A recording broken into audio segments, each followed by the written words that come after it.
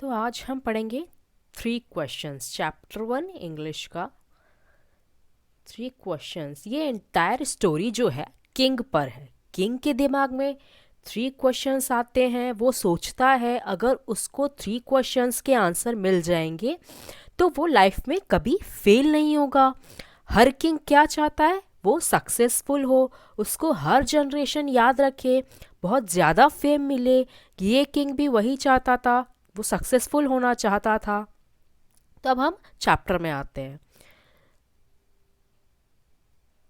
तो किसी किंग के दिमाग में जो 3 क्वेश्चंस आए थे, तो फर्स्ट क्वेश्चन जो आया था, किसी भी काम को स्टार्ट करने का सही टाइम क्या होता है? ये जो है पहला क्वेश्चन आया था किंग के दिमाग में।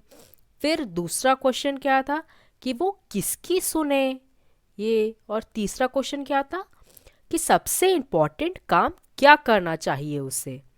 अब किंग ने हर जगह अपने मैसेंजर्स भेज दिए। अब मैसेंजर्स मीन्स दूत जो मैसेज लेके कहीं जाता है। सब जगह अपने साम्राज्य में, अपने आजू बाजू के साम्राज्य में भेज दिया। अब किंग ने एक और चीज़ बोली, जो मुझे इन तीनों क्वेश्चंस के परफेक्ट आंसर देगा, मैं उसे लार्ज अमाउंट में मनी दूंगा, बहुत पैसे दूंगा। बहुत सारे लोग आए किंग के पास और सभी लोगों ने तीनों क्वेश्चंस के आंसर अलग अलग दिए। सभी इंसान जो है अलग अलग होते हैं, तो सभी ने अपने हिसाब से आंसर दिया। कुछ ने पहले क्वेश्चन का आंसर दिया, किसी भी काम को स्टार्ट करने का सही टाइम क्या होता है, तो उसका आंसर दिया कि किसी भी काम को करने का कोई सही वक्त नहीं होता है। आपको एक टाइम टेबल प्रिपेयर करना चाहिए जिसमें हर काम आप सही टाइम पर प्रिपेयर कर सके और आप उसको स्ट्रिक्टली फॉलो करें। फिर कुछ लोगों ने कहा पॉसिबल ही नहीं है, कोई भी चीज़ का राइट टाइम हमें कैसे पता होगा।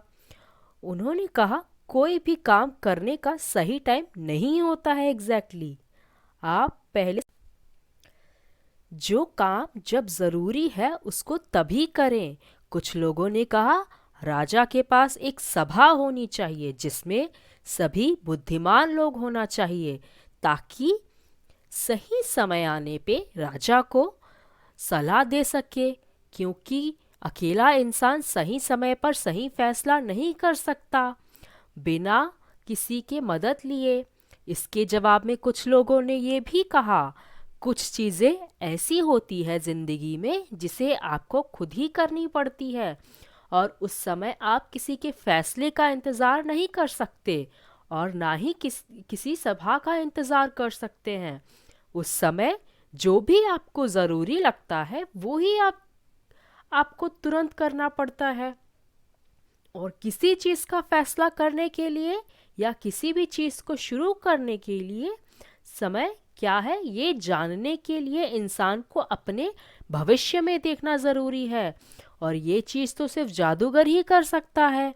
इसीलिए जो राजा है उसे किसी जादूगर के पास ही जाना चाहिए। ये सारे जवाब राजा को मिले अपने पहले क्वेश्चन से। अब दूसरा सवाल क्या था, वो किसकी सुने? तो दूसरे सवाल के जवाब में मिला, क्या मिला? तो कुछ लोगों ने कहा कि वो लोग राजा के लिए सबसे ज़रूरी है। वो लोग थे काउंसलर, यानी कि सलाहकार या मंत्री। तो दूसरों ने कहा काउंसलर से ज़्यादा ज़रूरी प्रीस्ट है, यानी कि धर्मगुरु या पंडित। तो राजा को उनकी ही बातें सुननी चाहिए। तो दूसरे लोगों ने कहा कि जो डॉक्टर होते हैं, यानी कि जो वैद होते हैं, राजा को उनकी बातें ही सुननी चाहिए। उसके बाद कुछ लोगों ने कहा सैनिक राजा के लिए सबसे ज़्यादा ज़रूरी है, और राजा को उनकी ही बातें सुननी चाहिए। तो ये वो सारे जवाब थे जो राजा को उसके दूसरे सवालों के जवाब में मिले। आप इसके बाद तीसरा सवाल के जवाब में, तो तीसरा सवाल क्या था कि सबसे इम्पोर्टेंट काम क्या करना चाहिए उसे।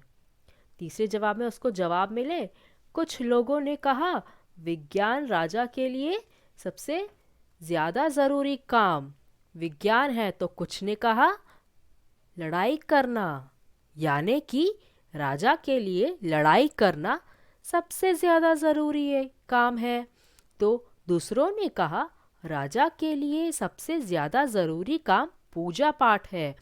हर सवाल का जवाब सब लोग अलग अलग दे रहे थे, इसीलिए राजा बिल्कुल भी संतुष्ट नहीं हुए और इस वजह से राजा ने कोई इनाम किसी को भी नहीं दिया। इसके बाद राजा ने फैसला किया कि उसके लिए सबसे अच्छा क्या रहे, इस सबसे अच्छा रहेगा कि इसके लिए किसी सन्यासी और सलाह के लिए जो अपनी समझदारी और सन्यासी से सलाह ले, जो अपनी समझदारी और बुद्धिमान के लिए जाना जाता हो। तो जो सन्यासी था वो जंगल में रहता था और वो उस जंगल को छोड़कर कभी भी नहीं जाता था और वो किसी से नहीं मिलता था। अगर कोई साधारण व्यक्ति उससे मिलने आता था तो वो उससे मिलता था। तो इसीलिए राजा ने सन्यासी से मिलने के लिए साधारण से कपड़े पहन लिए। अब इसके पहले वो उस सन्यासी की कुटिया में पहुंचता, उसने अपने घोड़े और सैनिकों को वहीं पर पीछे छोड़ दिया और खुद अकेले निकल गया, क्योंकि वो नहीं दिखाना चाहता था कि वो एक राजा है। इसीलिए उन्होंने अपने आप को साधारण व्यक्ति दिखाने के लिए अपने घोड़े और सैनिकों को पीछे छोड़ दिया। अब जैसे ही राजा सन्यासी की कुटिया में पहुंचता है तो वहां वो देखता है ये जो सन्यासी है अपनी कुटिया के सामने की जमीन को खोद रहा है और वो राजा को देखकर उसका स्वागत करता है। फिर राजा को देखता है और फिर दोबारा से अपनी जमीन खोदने लग जाता है। वो सन्यासी जो था बहुत बूढ़ा था और कमजोर सा था, पर जब वो काम कर रहा था उसकी सांसें काफी फूल रही थी। राजा फिर उस सन्यासी के पास जाता है और बोलता है, आपसे आप आपसे 3 सवालों के जवाब चाहता हूँ। फिर राजा अपने तीनों सवाल सन्यासी के सामने दोहरा देता है। वो सन्यासी राजा के तीनों बातों का सुन लेता है, पर वो कोई भी जवाब नहीं देता और लगातार अपनी जमीन खोदते रहता। फिर राजा ने उस सन्यासी से कहा, आपको देखकर लगता है आप काफी थक चुके हैं, तो आप अपना कुल्हाड़ी दे दीजिए और मैं आपकी जगह ये काम कर देता हूँ। वो सन्यासी ये बात सुनकर बहुत खुश हुआ। उसने राजा को धन्यवाद किया और वो कुल्हाड़ी उस राजा को देकर एक तरफ जमीन पर बैठ गया। अब जब राजा ने दो क्यारी खोद दी तो वो रुक गया और दोबारा से अपने तीनों सवालों को दोहराया, लेकिन तब भी सन्यासी ने कोई जवाब भी नहीं दिया, बल्कि वो खड़े हो गए और उन्होंने वो कुल्हाड़ी मांगी और राजा को बोला, तुम जाकर आराम करो, अब मैं उस काम को खुद करूँगा। पर राजा ने वो कुल्हाड़ी उसे नहीं दिया और कहा, नहीं नहीं, ये काम तो मैं ही करूँगा। फिर राजा उसी काम में लग गया। 1 घंटा बीत गया, फिर दूसरा घंटा भी बीत गया। देखते देखते 3 घंटे बीत गए। सूरज भी पेड़ों के पीछे छुपने लग गया। फिर आखिरकार में राजा ने उस कुल्हाड़ी को जमीन पर रख दिया और सन्यासी से कहा, मैं आपके पास इसीलिए आया हूँ क्योंकि आप बुद्धिमान आदमी हैं और मैं अपने सवालों को जवाब जान सकूं। अगर आप मेरे सवालों का जवाब नहीं दे सकते तो आप मुझे बता दीजिए ताकि मैं अपने घर वापस लौट जाऊंगा। तभी सन्यासी ने कहा, देखो, कोई भागता हुआ इधर आ रहा है। तभी राजा ने पलटकर देखा तो एक दाढ़ी वाला आदमी उसकी तरफ दौड़े हुए आ रहा था। उसने अपने हाथों से अपने पेट को जोर से दबा रखा था और उसके पेट से खून निकल रहा था। उसने अपने पेट को इसीलिए जोर से दबा के रखा था ताकि वो अपने खून को बहने से रोक सके, और वो दौड़ता हुआ राजा के पास आया। जैसे ही वो राजा के पास आया, वो बेहोश होकर जमीन पर गिर पड़ा। फिर राजा ने और सन्यासी ने मिलकर उस आदमी के कपड़े उतारे।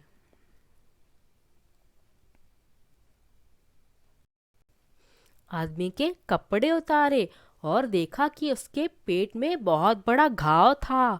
फिर राजा ने उसके घाव को धोया और अच्छे से साफ किया और उसके घाव पर अच्छे से मरहम पट्टी की। पैर अपने रुमाल से बांध दिया। बांधने के बाद भी खून निकल ही रहा था। फिर रुमाल हटाकर दूसरे कपड़े से बांधा। तब खून बंद हुआ। उस आदमी को होश आया और अच्छा लगा। तब उसने पीने के लिए पानी मांगा। फिर राजा उसके लिए ताज़ा पानी लाया और उसको पीने के लिए दिया। तब तक शाम हो चुकी थी और अंधेरा हो चुका था। फिर राजा सन्यासी की मदद से उसको कुटिया में ले गया और उसको बिस्तर पर लिटा दिया। राजा काफ़ी थक चुका था क्योंकि सुबह से वो बहुत कुछ काम किया था, इसीलिए वो ज़मीन पर ही सो गया। जब वो सोकर उठा तब उसे लगा जब वो सोकर उठा तब उसे लगा कि वो कहाँ है। उसके बगल में दाढ़ी वाला आदमी लेटा है। कौन है? फिर वो दाढ़ी वाला आदमी उठा, धीमी आवाज में राजा से बोला, मुझे माफ कर दो। लेकिन राजा ने उस आदमी से कहा, मैं तुमको जानता तक नहीं हूँ, तुम मुझसे माफी किस बात के लिए मांग रहे हो और मैं माफ क्यों करूँ? तब उस आदमी ने कहा, आप मुझे नहीं जानते हैं पर मैं आपको जानता हूँ और मैं आपका वो दुश्मन हूँ जिसने आपसे बदला लेने के लिए कसम खाई थी, क्योंकि आपकी वजह से मेरा भाई मारा गया और आपने मेरी सारी संपत्ति जब्त कर ली। और मुझे ये पता था कि आप आज इस सन्यासी से मिलने अकेले जाने वाले हैं, इसीलिए मैं पूरी तैयारी के साथ आपको रास्ते में ही मारने आया था। लेकिन पूरा दिन बीत चुका था, आप वापस भी नहीं आए थे, इसीलिए मैं जहाँ छुपा हुआ था वहाँ से बाहर आया। लेकिन उसी समय आपके सैनिक से मेरा सामना हो गया, उन्होंने मुझे पहचान लिया और मुझे घायल कर दिया। मैं उससे बचकर भाग निकला, लेकिन आप मेरे भाग निकला और यहाँ आ गया और आप मेरे घाव पर मरहम पट्टी करके मुझे बचा लिया। मैं तो आपको मारना चाहता था, लेकिन आपने मुझे नया जीवन दे दिया। अब मैं जिंदा हूँ तो आपका सेवक बनकर आपकी सेवा करूँगा और अपने बेटों को भी आदेश दूंगा कि वो भी आपकी सेवा करे। मुझे माफ़ कर दीजिए। राजा इस बात को सुनकर बड़ा खुश हुआ, क्योंकि उसने अपने दुश्मन के साथ शांति से दुश्मनी ख़त्म कर दी और उस दुश्मन को दोस्त के रूप में जीत लिया। राजा ने उसे माफ़ नहीं किया, बल्कि अपने सैनिकों को और वैद्य को उसके साथ भेजा उसकी देखभाल करने के लिए। राजा ने उस आदमी से वादा किया कि उसकी प्रॉपर्टी को लौटा देगा। फिर राजा उस सन्यासी को ढूंढने लगा ताकि वो अब घर जा सके। अपने तीनों सवालों का जवाब लेकर वो वहाँ उसे देखा कि सन्यासी अपने घुटनों पर बैठकर बीज डाल रहा था जहाँ उसने खुदाई की थी। फिर राजा उसके पास जाकर बोलता है, मैं आपसे अनुरोध कर रहा हूँ कि मेरे सवालों का जवाब मुझे दे दीजिए।